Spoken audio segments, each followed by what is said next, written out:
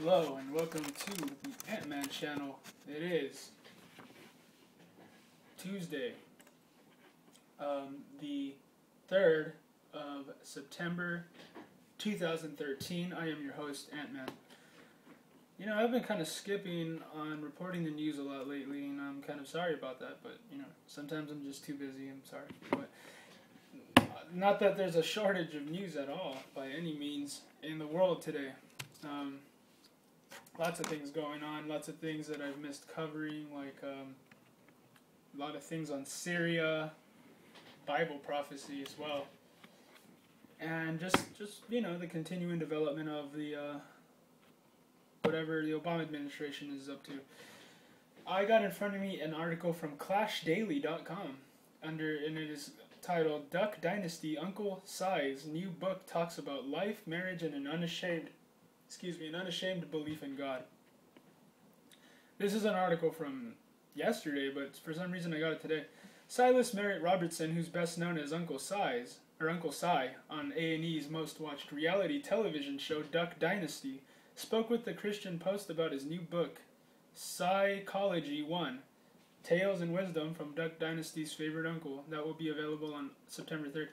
To be honest with you, I didn't know this guy was a Christian. I always said about him that he's a very interesting person. Like, he really is. Like, if you watch the show, he's a very interesting person. He's not by any means a yuppie that goes around trying to impress people at all. He's just himself, kind of a silly goofball, but at the same time very, you know, I wouldn't say serious, but he's very, like, he knows what he's doing, you know. Even though Si appears to be someone who could never run out of anecdotal stories, regardless of how exaggerated they might be, he told CP that he didn't want to write a book about his life because he felt that with having served in the military for 25 years, he hadn't created enough memories with his family to share with his fans. I was in the military, so I told my wife that I was never there for the kids when they were growing up, and she said, "Oh yeah, you were. Let me go get a photo album," and she was showing me dressed as a bunny rabbit, rooster, and Santa Claus during Christmas time. Personally, I didn't feel that I was there enough, Si commented, but with pressure mounting against him, Si finally relented and agreed to write a book about his life. They just kept bothering me, so I said okay. In his book, Si shares a spattering of stories about his childhood, skipping school to go fishing with his older brothers, and how he managed to earn A's at Louisiana Tech. How he managed to earn A's at Louisiana Tech after he skipped most of his classes during an entire semester.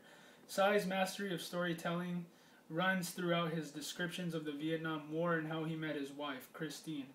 The always jovial Uncle Si always speaks candidly about the difficulties he and Christine have faced, and how God has blessed and sustained them throughout their 43 years of marriage. Congratulations there. He also shares their unexpected blessing of having 2 children, Trassa and Scott, and 8 grandchildren. Although he's spoken for, the marriage proposals keep rolling in for Si. All the single ladies who envision themselves walking down the aisle with the elder Duck Hunter are shattered when Si breaks the disappointing news that he can't marry them because his wife will get mad. I was at an event in Arkansas, and a woman walked up and was standing there, and I was waiting for her to hand me something to sign, a t-shirt, a hat, or whatever, and she said, "Well, I'm ready," and I looked up and I said, "Ready for what?" "Ready to marry you. I drove 450 miles here just to marry you." I told her, "We've got a slight problem here, lady," and she said, "What's that?" "I'm already married, and my wife probably wouldn't like me marrying you." "You mean I drove 450 miles for nothing?" I said, "No. Isn't that a t-shirt you've got hanging over your shoulder?" "Yeah, well, I'll sign it for you, darling. That's the best I can do for you," he said. So, marriage advice from Uncle Si. According to Si, marriage is a union between 2 imperfect people who are destined to make mistakes.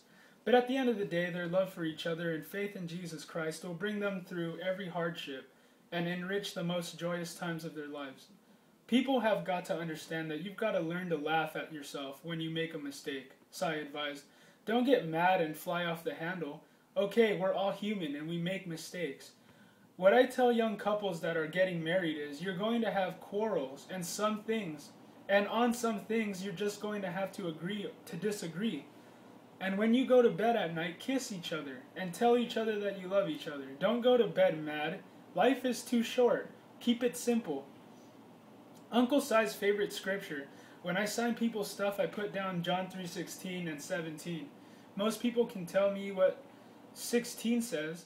Okay, for God so loved the world that he gave his only begotten son. But they don't know nothing about 17. It says Jesus didn't come to condemn us. If anybody had a right to condemn someone, it would be the Son of God. If he didn't do it, then hey, we definitely are not qualified to do it.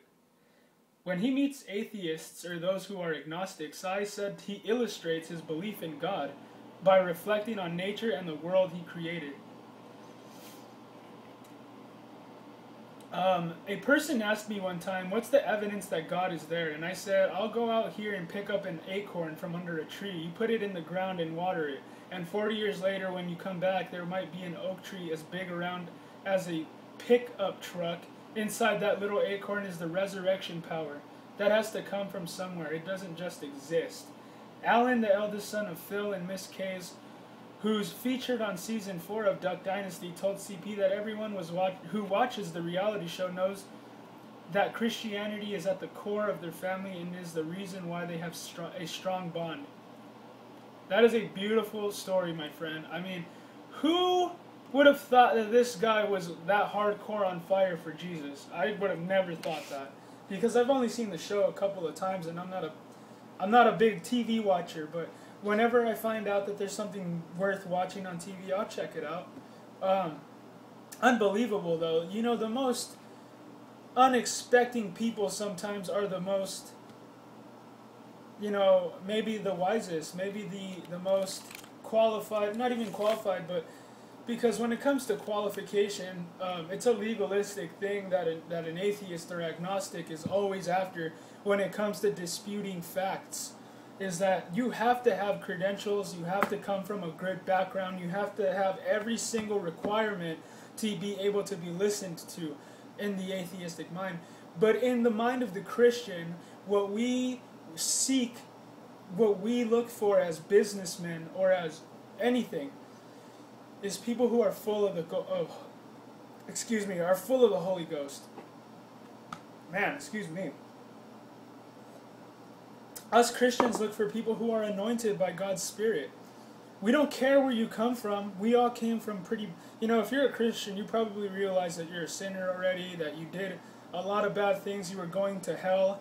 That's why you're a Christian, because your conviction got to you and you said, hey man, I need to change. I need to do something for God. I need to give my life to God. And we did it. So that's why we're Christian. But the atheistic world that doesn't have any authority, they're their own authority, will always say that you got to meet their requirements. Well, it's a good thing I don't serve man and I serve God, because the requirements of man I will never live up to. I will never live up to the law. I will never be perfect. I already am disqualified since birth, because, you know, I didn't grow up rich. I didn't grow up on the right track and did go through college and universities and all that. I went through life the hard way. I didn't listen to my parents. I'm ashamed of that. I got in a band and got signed and put out albums, and they were blasphemous, God-hating songs, and I'm ashamed of that. But at the end of the day, I realized what I was doing, and I gave up everything I had so that I could follow Jesus. And then on that day, and I was not a person who read my Bible, I was not a person, this just naturally came to me because I knew that I needed to make a change in my life. And I literally that day told God that I was going to quit my band and I was going to follow him, and not knowing how I know God now. And, you know, that is where he's brought me, and that was, that was a couple years ago now. So I haven't been on fire as hard as I've been on fire for the last year or so now. So I'm only getting stronger in my faith, and to also grow in your faith, you guys. It's not just all about watching TV and living a life of glamour and materialism. It's about, I think, strengthening your faith, and how you can do that. I can give you an excellent tool, is go to Voice of the Martyrs and get their newsletter, get their prisoner alerts, because to be strong in your faith, you got to realize, especially if you're an American and you're used to all this freedom and luxury, and sometimes they're more than not you take it all for granted, and you should see how people in other countries live that want to hold on to their faith and what they're willing to do to keep the faith. It's very inspiring, and it should strengthen you as an American who, you know, when I look around at the typical American, especially the typical American that is an atheist, they're a bunch of narcissists. You guys have to be right about everything. If you get in a debate, it's not even about an argument about trying to figure out what is real, what is not, by proving it using science. It's more of who can act more arrogant, who can be more rude and arrogant. It's a contest that the gangbanger does in the world. It's the same thing that the enemy does in every type of, whatever God has burdened you with, whether you're a science guy, whether you're a history guy, you're a politic guy, whatever you are. God is always going to, you know, He's going to always be there with you, but the enemy's always going to come in the form of corruption, intimidation, domination, and manipulation. And the way that he does this is he's going to come up to you, and he's going to act arrogant, and he's going to try to scare you away by using the tactic of the Darwinian evolution is backed up by taxpayer money. It's taught by the teachers in the university. I'm going to hide behind credentials, and I'm going to act arrogant and rude toward you. And I don't know, dude. All I got to say to you atheists out there, and you people that hate Christians and hate God, because you really just hate God. You don't hate Christians, you hate God. Let me tell you something about this. Let me tell you something serious about something going on in our country right now. You might not like us Christians, but I'll tell you something. You're not going to like Muslim extremists more than us, because you know what? Christians will come up to you with compassion and a story about love and redemption and salvation, but the Muslims will come to you with a big Allahu Akbar, which means God is great in their language, and they don't serve the God the Christians believe in. They serve a God that says if you don't believe in what they believe in, that they deserve, then you deserve to get killed by them through deception, through force.